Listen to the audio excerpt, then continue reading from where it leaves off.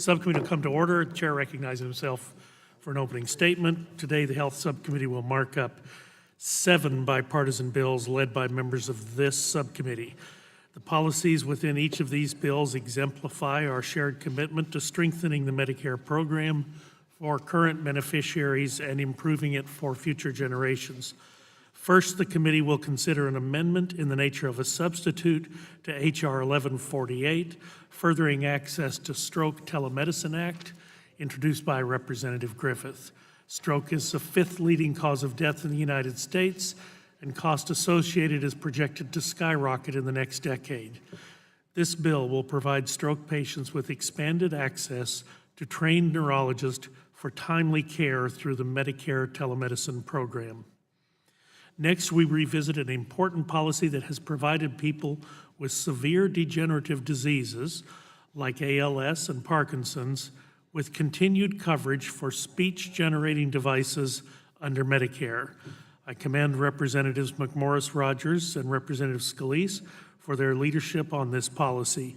H.R. 2465, Steve Gleason Enduring Voices Act, would remove the 2018 sunset and make coverage of these medical devices permanent. Misdiagnosis of prostate cancer is frightening for patients who are actually cancer-free, but it can also be costly. H.R. 2557, the Prostate Cancer Misdiagnosis Elimination Act, introduced by Representatives Bouchon and Rush, would provide coverage for DNA specimen provenance assay testing as a diagnostic tool so that the patients get the correct diagnosis the first time around. When it comes to the value of electronic health records, progress has been made through policies enacted in the Medicare Access and Chip Reauthorization Act and the Cures Bill.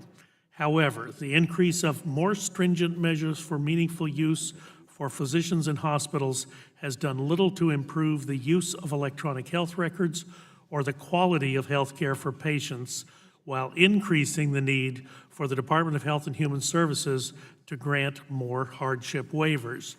Representative Dingle and I introduced H.R. 3120 to move us in the right direction by providing relief for providers and allowing the Department of Health and Human Services to be more deliberative with meaningful use. H.R. 3245, the Medicare Civil and Criminal Penalties Act, introduced by Representatives Bilirakis and Castor, would update both penalties in the Medicare program, which is long overdue. Over the past 5 years, the Independence at Home demonstration program has provided high-need Medicare beneficiaries with home-based primary care. H.R. 3263, introduced by Representative Dingle and myself, will extend this program for an additional 2 years so that the Center for Medicare and Medicaid Services has more time to assess the program's effectiveness and cost savings. And finally, Representatives DeGette and Brooks introduced H.R. 3271, Protecting Access to Diabetes Supply Act, to ensure the beneficiary protections under the competitive bidding program for diabetes test strips are enforced and beneficiaries are getting the diabetic testing supplies that they need. I want to thank all of the members of our committee for their contributions to these bills, and we will do our work today, and we'll look forward to seeing them at a full committee markup. I now wish to recognize the gentleman from Texas, Mr. Green, 3 minutes for an opening statement. Thank you, Mr. Chairman. Since 1965, Medicare has provided affordable health insurance coverage and access to care for the nation's seniors and most vulnerable populations. Few programs have improved the lives of Americans as significantly as Medicare. 50 years ago, almost half of elderly Americans lacked health insurance, and now Medicare provides life-saving insurance to nearly 100% of the adults over 65 years old. Today, we're marking up 7 bipartisan bills that aim to improve the Medicare program, particularly Medicare Part B, which covers physician, outpatient, laboratory, and some home health services, as well as durable medical equipment. They're all worthy of support, but I'd like to highlight a few. H.R. 1148, the Furthering Access to Stroke Telemedicine, or FAST Act, would expand Medicare reimbursement for providers for stroke telemedicine devices beyond those provided in rural sites. Telemedicine is a general in general holds great promise to improve patient care and lower cost, and telestroke can be a critical service to patients who need access to a specialist as soon as possible after an event. I strongly support this bill, and I'm pleased to see it moving forward. H.R. 3136, the Medicare Part B Home Infusion Services Temporary Transitional Payment Act, is another important bill as we're considering this markup. It would provide a temporary transitional payment for home infusion therapy under Medicare. The overpayment of home infusion drugs was addressed in the 21st Century Cures Act, but the timing payment changes for the drugs and services associated with their administration did not line up, potentially resulting in a reduction of patient access. This bill fixes that problem by providing a temporary bridge so that patients who need home infusion therapy don't undergo lost access to the care they need.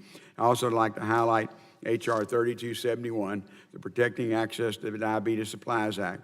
This bill will make improvements to Medicare's competitive bidding program for diabetes testing strips by strengthening patient protections and enhancing the beneficiary choice. It requires CMS to enforce the requirement that suppliers provide at least 50% of all diabetes test supplies that are commercially available before implementing the competitive bidding program.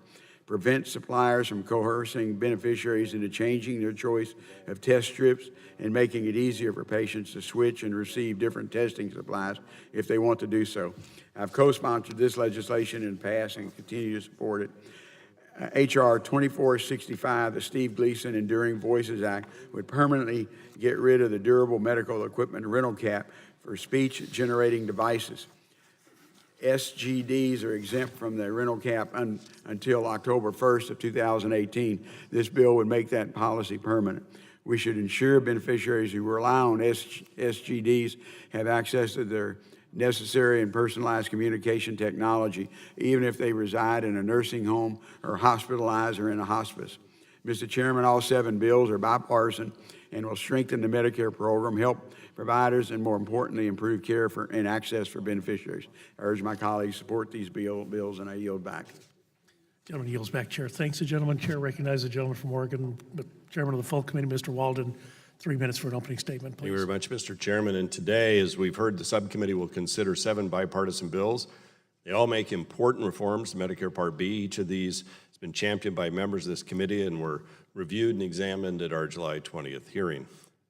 I'd like to thank Ranking Member Pallone for his great cooperation in identifying these bills and his work to help us get here today. It's my hope this will be an ongoing process of working to find responsible Medicare policies and associated offsets where needed that can be enacted into law and make targeted improvements to the programs. While not every bill we examined in July was ready to proceed to markup today, we continue to work on these vital policies and hope we'll be able to eventually advance all of them. I'll also note one of the bills relating to patients being able to continue to receive home infusion has passed the House and awaits Senate action, which I hope will happen soon. Collectively, the 7 bills we take up today seek to improve the care delivered to our nation's seniors who rely on the Medicare program. We'll look at H.R. 3263. This legislation extends the Independence at Home demonstration, which is returned on investment and allowed beneficiaries to receive doctor's visits in the home, improving delivery and continuity of care. This is critical for patients in districts like mine in rural Oregon, where they may have limited ability to travel and can access continuous care in the comfort of their own homes. H.R. 2465 will ensure that Medicare will not take away the ability of a beneficiary to speak when their care setting changes, when communication is most important through speech-generating devices. H.R. 1148 has immense potential to avoid or at least minimize what can be the debilitating impact of stroke by allowing payment for a neurologist to provide a telestroke consult. Again, there is a great potential in rural areas of the country to take advantage of telehealth, to cut down on unnecessary travel, and to increase quality of care.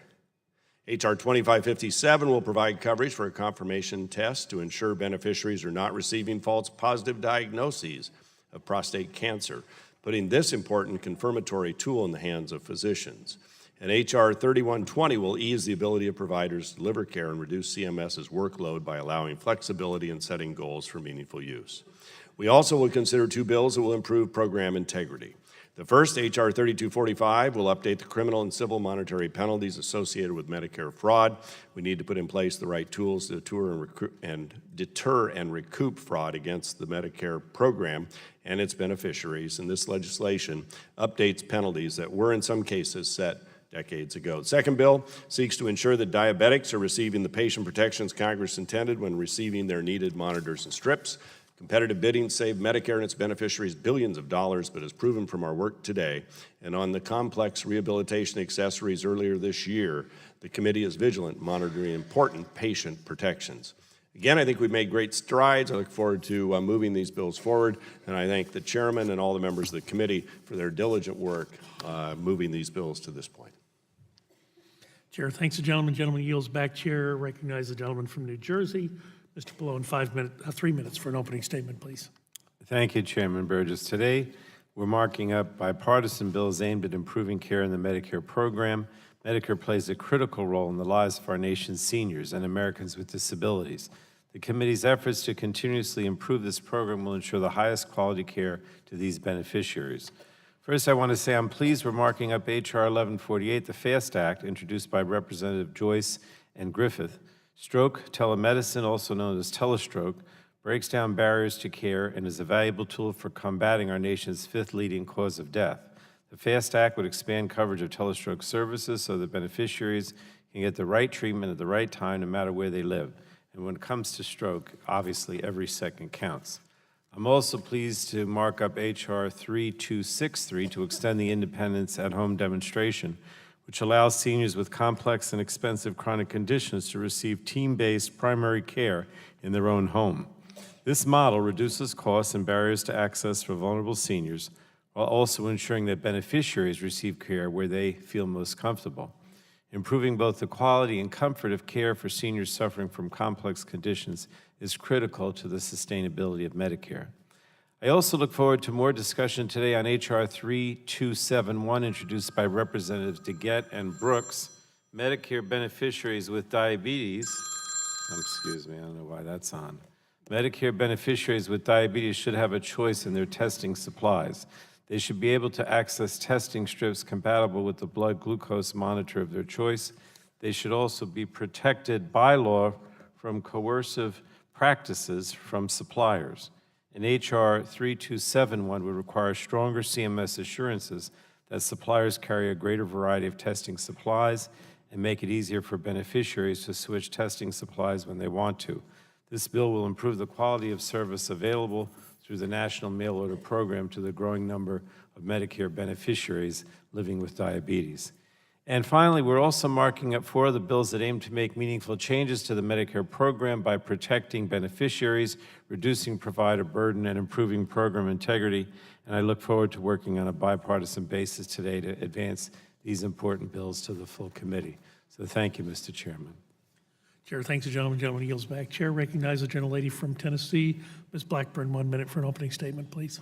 Thank you, Mr. Chairman. And I just want to follow on with a couple of things that the chairman mentioned. Our hearing in July was a good hearing, and we thank you, Mr. Chairman, for calling that. We did look at the bipartisan proposals, and one of the things that is so important that we have in the bills that we're doing today is to update some of the statutes so that Medicare enrollees are able to access 21st century medical care. And that is something that is a cost saver. It is also something that is going to lead to better outcomes and better quality of life as we can adopt and use these new technologies. And with that, I yield back my time. Gentlelady yields back. Chair thanks the gentlelady. Is there a member on the Democratic side of the dais seeking time for an opening statement? Are there other members on the Republican side seeking time for an opening statement? The gentlelady from Washington is recognized for 1 minute Mr. for an Chairman. opening statement. I want to thank the committee for all the hard work on the Steve Gleason Enduring Voices Act, but also recognize the other work on the Medicare bills up for consideration today. In 2015, Congress passed the original Steve Gleason Act. It temporarily removed speech-generating devices from Medicare capped rental category, protecting patient access to medically necessary speech-generating devices for those with severe communication disabilities. Today, we have an opportunity to make it permanent, and it would return SGDs to the routinely purchased DME payment category, ensuring proper and effective coverage in the future for these patients that so rely on these devices. You're giving a voice to the voiceless by supporting this legislation. We should be embracing this kind of life-saving, changing technology. Everyone deserves a voice. Everyone deserves to be heard. Thank you, Mr. Chairman. Chair thanks the gentlelady. Gentlelady yields back. Chair recognizes the gentleman from Florida, Mr. Bilirakis. 1 minute for an opening statement, please. Thank you, Mr. Chairman. I appreciate it. Thank you for holding this markup and moving these very important bills. I want to highlight a couple of the bills. My own bill, the Medicare Civil and Criminal Penalties Act, which updates and increases civil and criminal penalties. Many of these penalties haven't been addressed. They haven't been updated in over 20 years. The FAST Act, which removes an important barrier to the expansion of telestroke services in the Medicare program. And I also want to take a second to highlight the Protecting Access to Diabetes Supplies Act. Back in July, this committee heard from Crystal Apregliano from the Tampa area. She's a former constituent of mine and lives with diabetes. She testified about the dangers of diabetes testing strips under the Medicare competitive bidding program, and this legislation will fix the program. I want to congratulate Crystal on this bill and moving through the committee process, and I hope she and her family survived Hurricane Irma with minimal damage. I yield back. Thank you.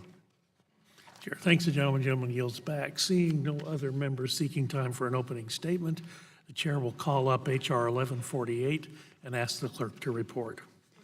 H.R. 1148, to amend Title 18 of the Social Security Act to expand access to telehealth-eligible stroke services under the Medicare program. Without objection, the first reading of the bill is dispensed with, and the bill will be open for amendment at any point. So ordered. Are there any bipartisan amendments to the bill? Mr. Chairman, I have an amendment at the desk. For what purposes the gentleman seek recognition? I have an amendment at the desk, Mr. Chairman. The clerk will report the amendment. Amendment in the nature of a substitute to H.R. 1148, offered by Mr. Griffith of Virginia. Without objection, the reading of the amendment is dispensed with, and Mr. Griffith is recognized for 5 minutes in support of the amendment.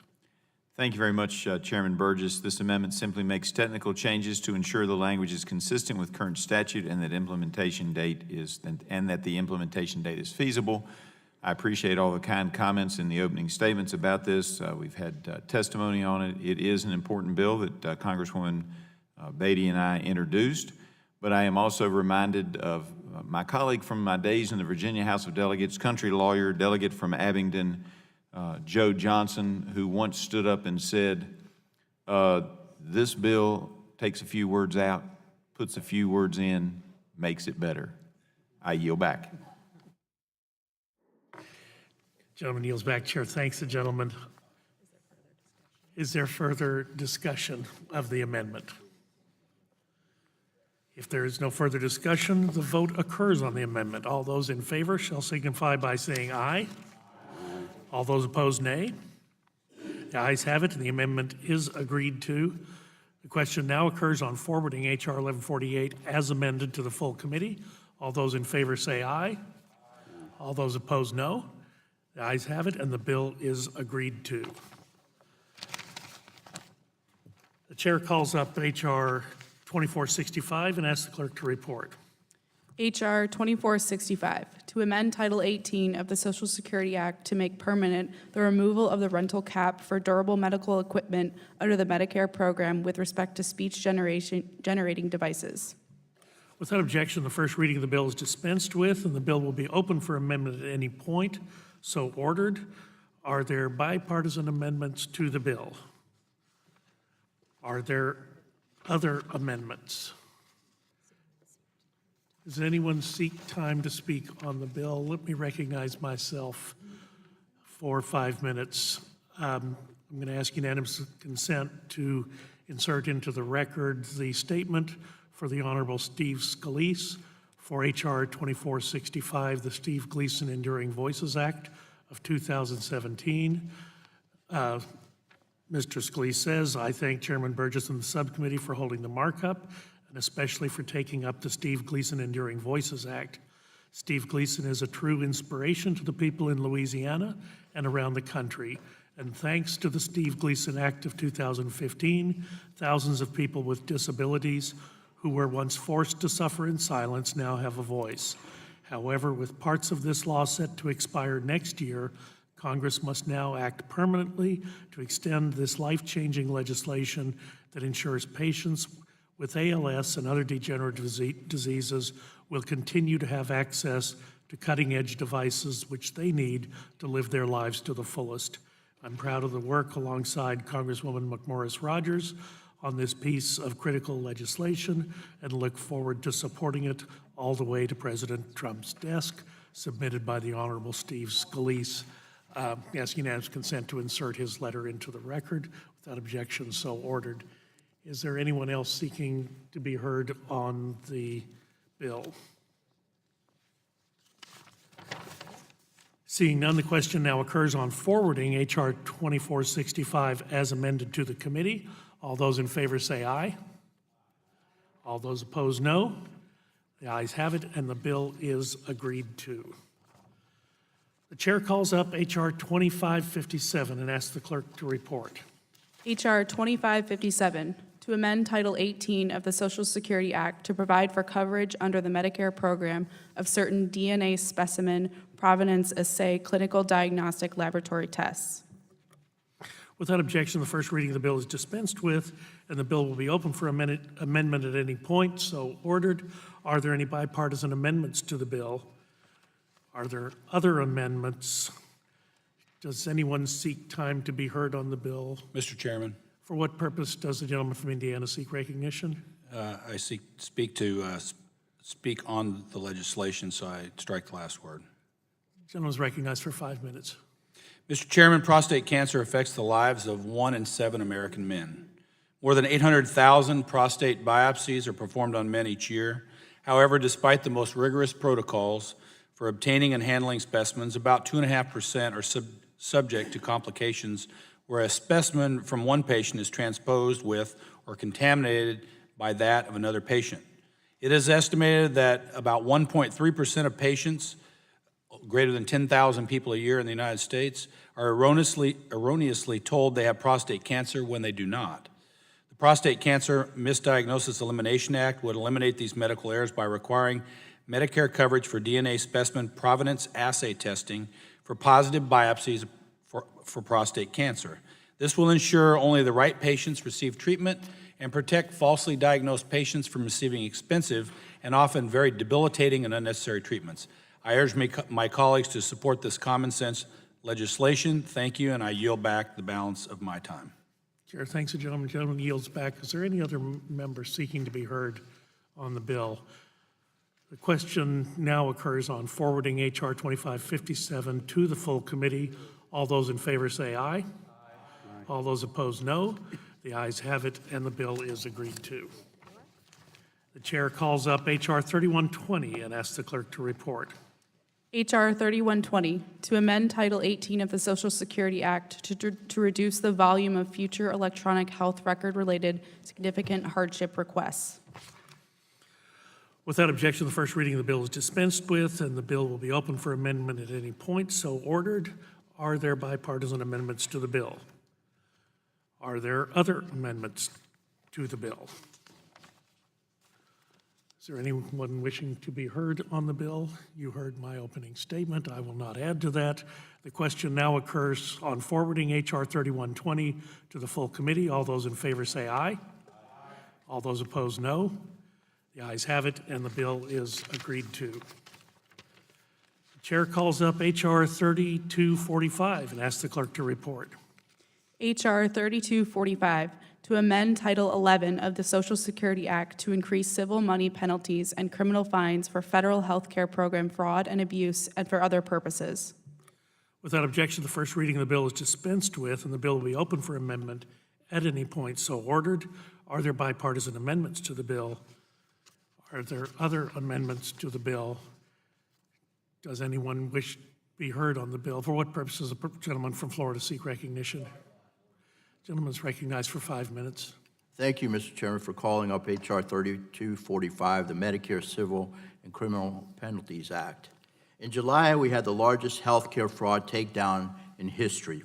412 defendants were charged nationwide, including more than 80 cases in Florida for Medicare fraud, totaling $1.3 billion in losses. Medicare is absolutely critical for our seniors in my district and across the country. Not only is Medicare fraud an affront to hardworking taxpayers, it hurts the millions of seniors who rely on the program. That's why I introduced, along with my colleague from Florida, Kathy Castor, much-needed legislation to strengthen penalties against those who commit fraud in the Medicare program. Unfortunately, Florida, with the largest senior population, has had a continuing problem with Medicare fraud. In fact, the multi-agency Medicare fraud strike force operates out of 2 cities in Florida. Most states only have 1 location. During the August recess, I had the opportunity to talk to the strike force in Tampa, and it was alarming how brazen some criminals will be with Medicare fraud compared to other criminal enterprises. You have lower penalties, and the threat of violence is non-existent, unfortunately. The chief counsel of HHS's Inspector General testified in 2011, and he stated, and I quote, "The perpetrators of these healthcare fraud schemes range from street criminals who believe it is safer and more profitable to steal from Medicare than to traffic in illegal drugs, to Fortune 500 companies that pay kickbacks to physicians in return for referrals. We are concerned that providers that engage in healthcare fraud may consider civil penalties and criminal fines a cost of doing business," end quote. The Medicare Civil and Criminal Penalties Update Act, H.R. 3245, cracks down on Medicare fraud and abuse by increasing civil and criminal penalties. I might add, it also cracks down on Medicaid and CHIP fraud as well. Some of these penalties have not been updated, as I said before, in over 20 years. These penalties include bribing for providing kickbacks, submitting false information, making false statements in applications or payments. We must ensure the Medicare program is strong and sustainable for today and tomorrow. Beneficiaries are great seniors.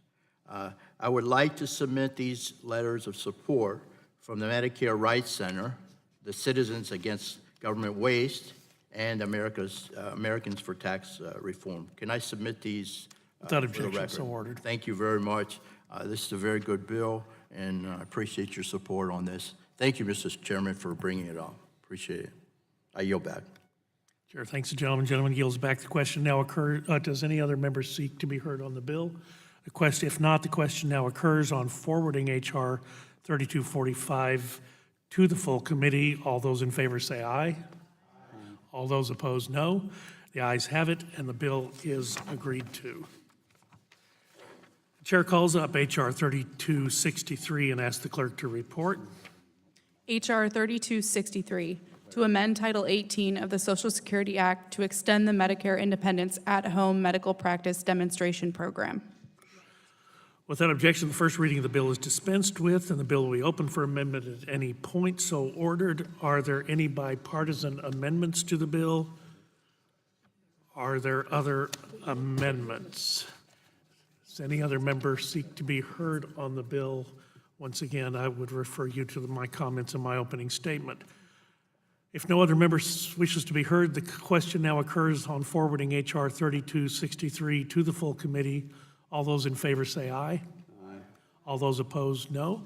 The ayes have it, and the bill is agreed to. The chair calls up H.R. 3271 and asks the clerk to report. H.R. 3271, to amend Title 18 of the Social Security Act in order to strengthen rules in case of competition for diabetic testing strips and for other purposes. Without objection, the first reading of the bill is dispensed with. The bill is open for amendment at any point. So ordered. Are there any bipartisan amendments to the bill? Mr. What Chairman, I purpose have a does bipartisan amendment. What purpose does the gentleman from Texas seek recognition? I have an amendment at the desk. It's actually offered by Congresswoman DeGette and Congresswoman Brooks, but they're not here, so I'm subbing in for them for this technical amendment. Can we let the clerk report the amendment? Yes. Amendment to H.R. 3271, offered by Ms. DeGette of Colorado and Mrs. Brooks of Indiana.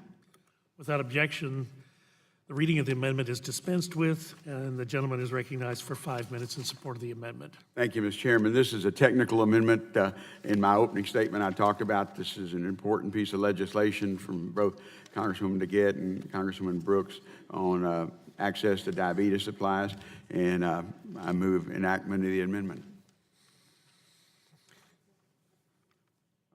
I'll be glad to yield to my colleague whatever time she may consume. I thank the gentleman. What does the amendment do?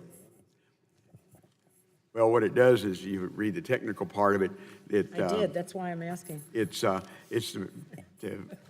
technical to make sure it does what we intended to do to improve Medicare's competitive bidding program for diabetes testing strips by strengthening patient protections and enhancing beneficiary choice. We're trying to give the patient more choices. It requires CMS to enforce the requirement that suppliers provide at least 50% of all diabetes test supplies. Can I just ask this question? So the underlying bill does not include testing strips that are exclusively sold, but this allows it? Well- Or vice versa? DME suppliers don't offer strips that are only sold by.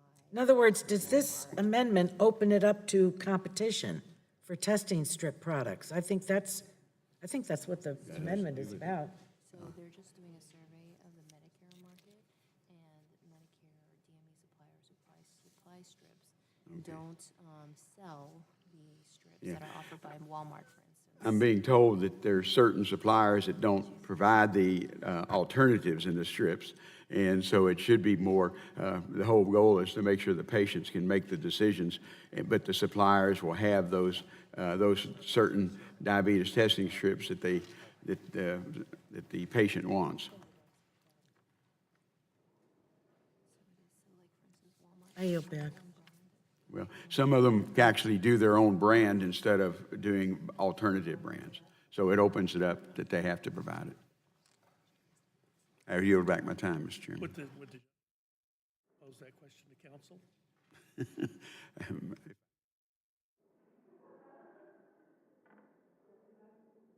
Would council like to explain? This question been answered satisfactorily. Yeah. Okay.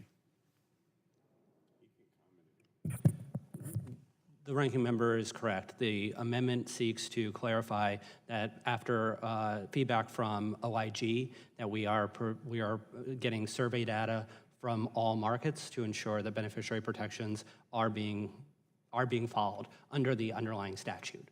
We had heard testimony in July that that may not be the case among all markets. So it's competitive, is that what you're saying?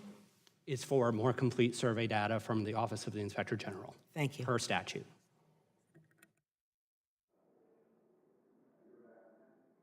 Chair thanks the gentleman. The gentleman yields back. Is there further discussion of the amendment?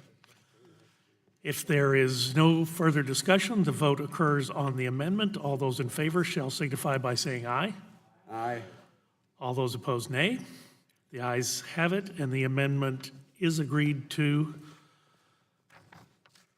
The question now occurs on forwarding H.R. 3271 as amended to the full committee. All those in favor say aye. Aye. All opposed say no.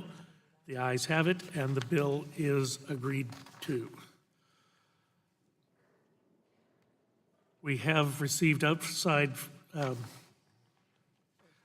before adjournment, we have received outside feedback from a number of organizations on these bills. So without objection, I'd like to submit statements for the record.